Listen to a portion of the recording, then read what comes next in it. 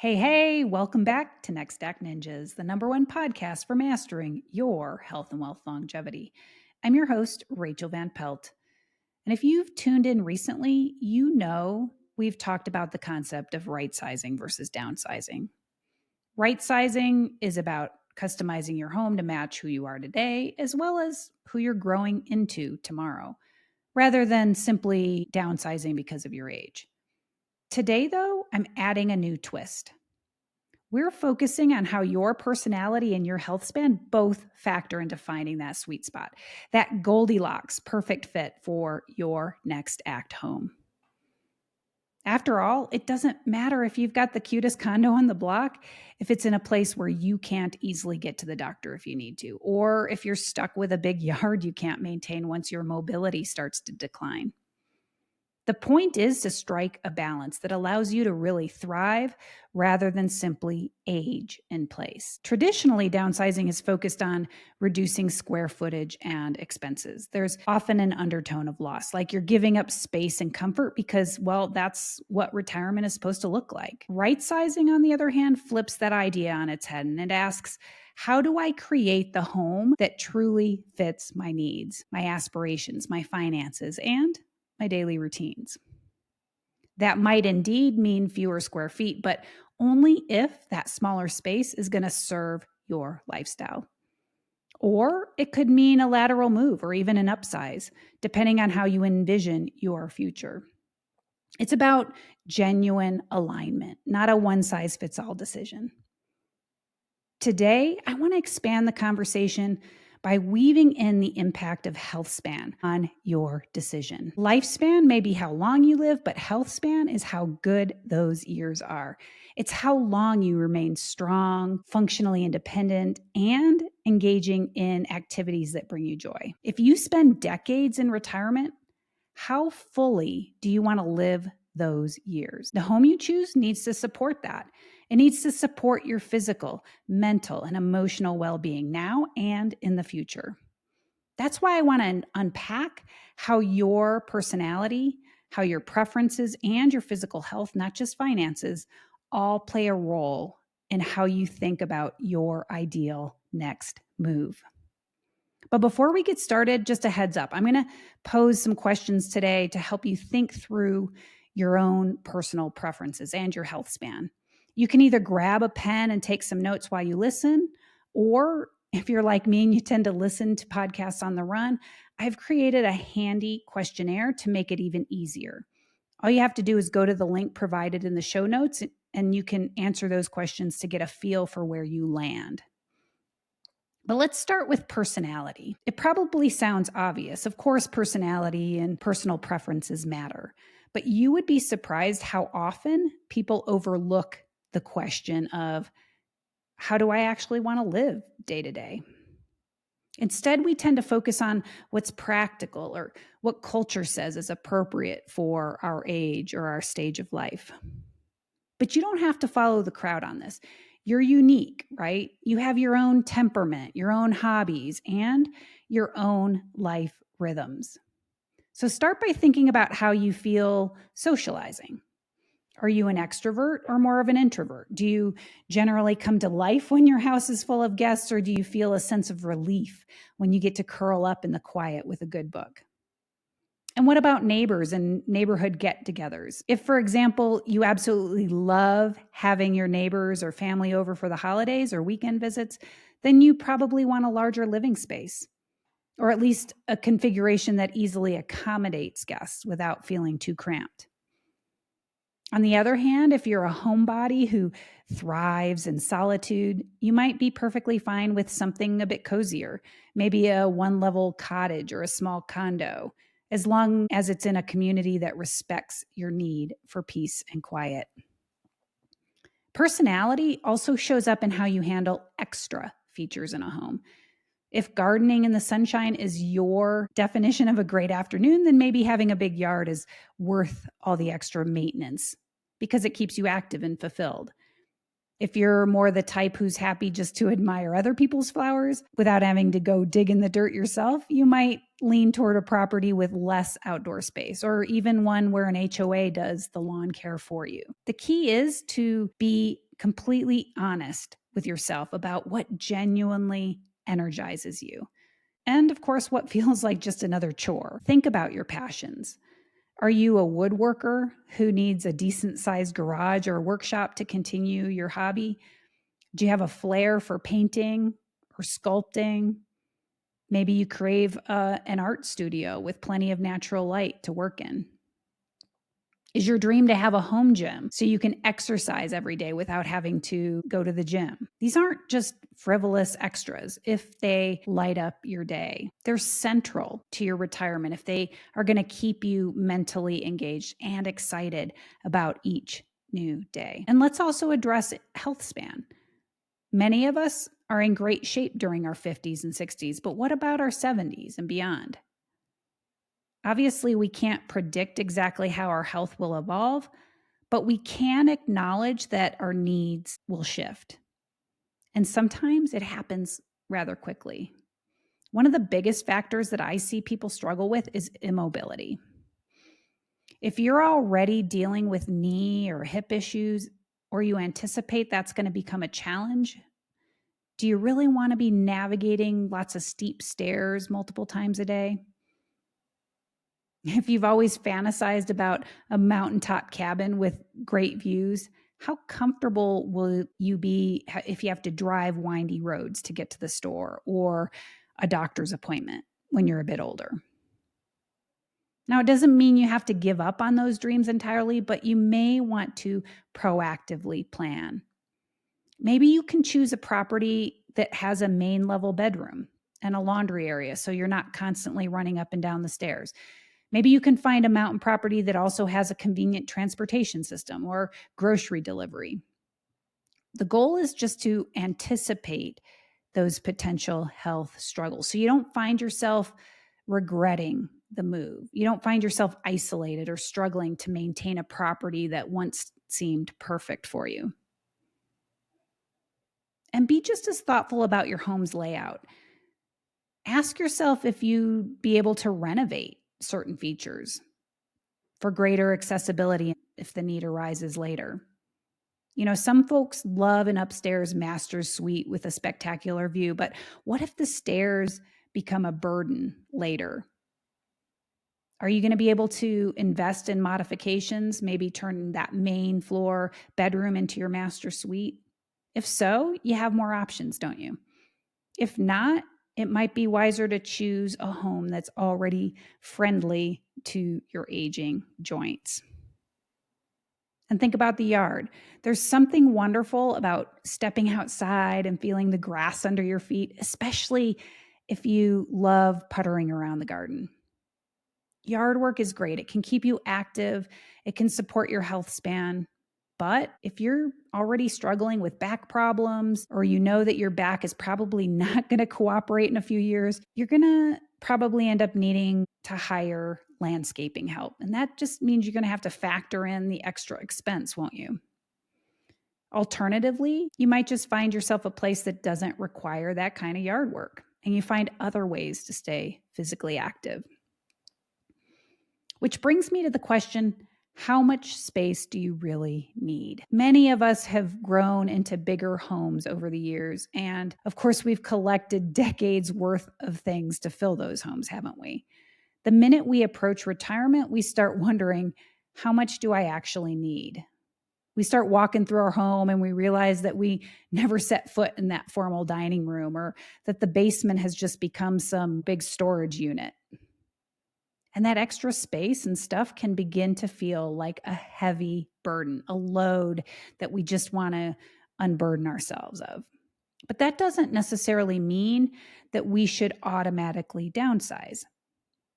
I think it's incredibly useful to determine whether the spaces still hold any real purpose or joy in your life. If you can confidently say, you know what, I only use that fancy dining room once a year, but when I do, it's magical. I love to have my whole family seated there. Well, that's something to keep in mind, isn't it? Maybe the annual holiday tradition is worth all the extra square footage. You might regret giving it up. But if you feel relief just thinking about never having to dust that chandelier again or vacuum a formal living room that nobody enters, it might just be time to let go of the idea that you need to maintain all of that unused space. Even when we're talking about space, we need to take into account our personality and our health span. For example, you might find that you long for a spacious art studio because painting calms your mind. It keeps your brain and body active, your creativity flowing. Knowing that about yourself is wonderful. Maybe you can turn the dining room or basement space into your art studio. That's the smart way to thrive in place rather than just age in place. On the other hand, if you're hanging on to a 4-bedroom house solely because it's what you've always have, you're probably just incurring extra expenses and upkeep that don't fuel your happiness or your health. The trick is to find that sweet spot. The sweet spot between having enough room for the life you love and not so much that it starts to weigh you down, to feel like a burden. When we talk about where to live, it's tempting to dream of scenic vistas or milder climates. However, the location that you choose can drastically impact your social, emotional, and physical well being. Some folks are drawn to urban areas, places that are full of restaurants and theaters and museums. If you're the type who thrives on cultural buzz and loves being able to walk or take quick public transportation to get around, city life may be exhilarating for you. The key is to make sure you're able to handle the hustle and bustle. Sometimes what seems lively and fun at 65 can feel overwhelming at 75, especially if you're dealing with health, mobility, or cognitive issues. Instead of an urban environment, you might crave a more rural setting with wide open spaces where you can see the stars every night, hear the crickets. And I think that's beautiful until you need to go for regular medical care that's an hour's drive away, or you'd feel isolated without a car once driving becomes tricky. If you love that rustic charm enough to handle those trade-offs, more power to you. Just make sure that you've thought about how you'll manage everyday tasks if your mobility or energy levels change over the next decade. Healthcare access, I think, is often overlooked when we get excited about a new home. If you already have health conditions that require regular checkups or specialist visits, living near a reputable hospital or clinic is a huge priority. Even if you're healthy now, it's worth asking how far you'd have to travel when something does crop up, as it inevitably will. And of course, we can't forget the social factor. Do you want to be near friends and family? Some people move to be closer to their children or grandchildren, but family dynamics can change, can't it?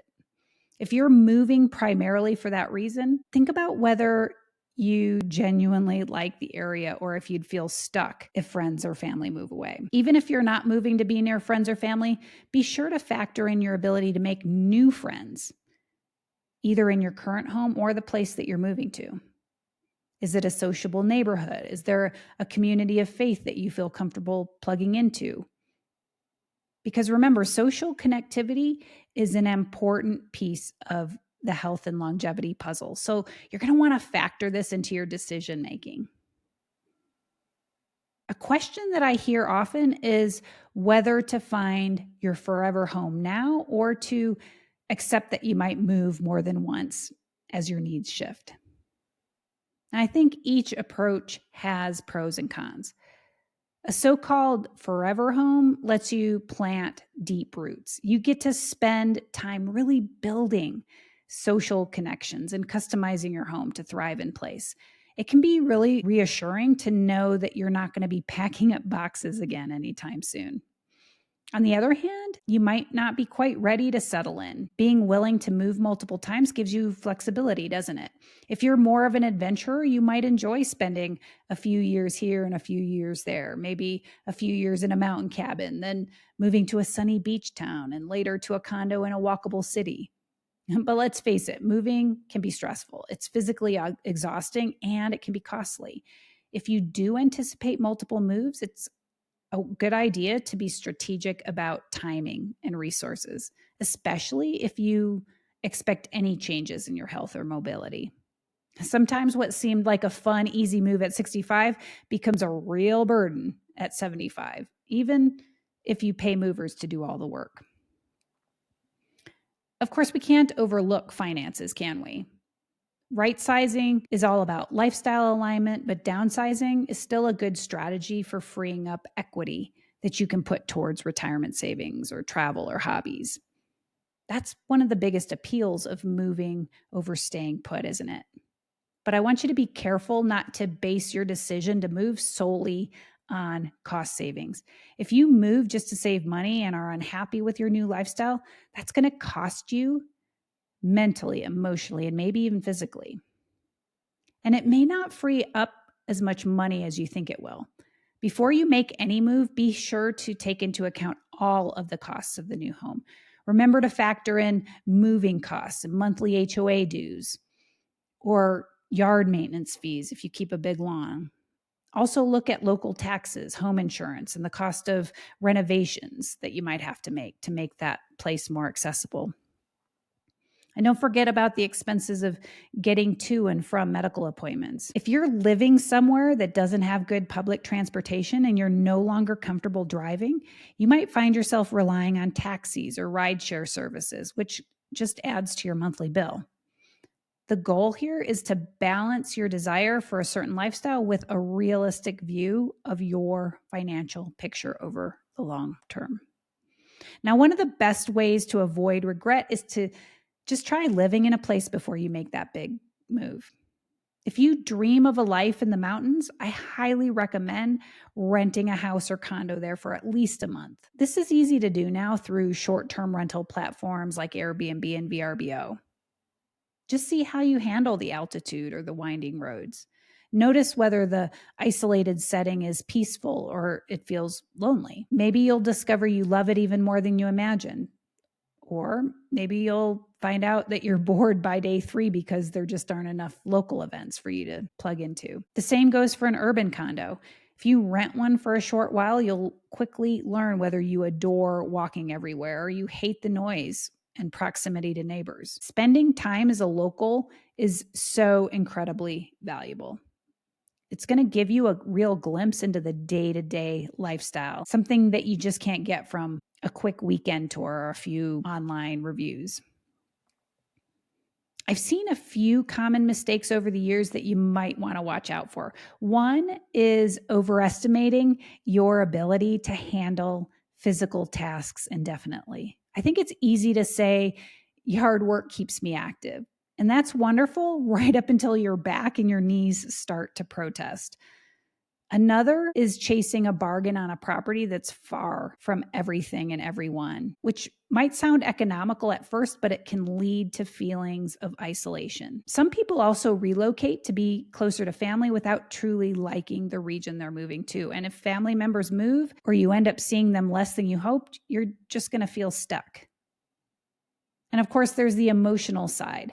Letting go of a longtime home can be bittersweet. So it's crucial to give yourself space to process the feelings and make sure that nostalgia isn't just trapping you in a house that no longer serves your best interests. Throughout this process, make sure that you and your partner, if you have one, are on the same page. I've seen couples struggle with the heartbreak of moving because one person wanted the calm of the countryside while the other craved the city. Having an open and honest conversation about your vision of the future is going to help prevent these kinds of regrets down the road. Bottom line, rightsizing is a more comprehensive way to think about downsizing. It's a holistic way of looking at how your personality, your health span, and your finances fit into your long game. It's about finding that living situation that not only fits your current self, but can adapt to the person that you'll be in 5, 10, or even 15 years. By taking a clear-eyed look at your hobbies, your physical abilities, your finances, your broader goals, you get to craft a plan that's going to help you stay active, social, and feeling fulfilled for as many years as possible. If you're feeling a mix of excitement and apprehension, that's totally normal. Moving or even just reevaluating your lifestyle, it can tend to stir up a lot of emotions, but it can also be a thrilling chance for you to shape your next act. to shape it around everything you cherish most. And remember, you're not alone in this. I'm here to help you optimize your long game. Go complete that questionnaire in the show notes to gauge where you land with all of this. And then book a free call with me if you want to start strategizing. I just love helping people go from aging in place to really thriving in place. That's all I have for today. Thank you for joining me on another episode of Next Act Ninjas. Until next time, live well, love more, age less, my friends.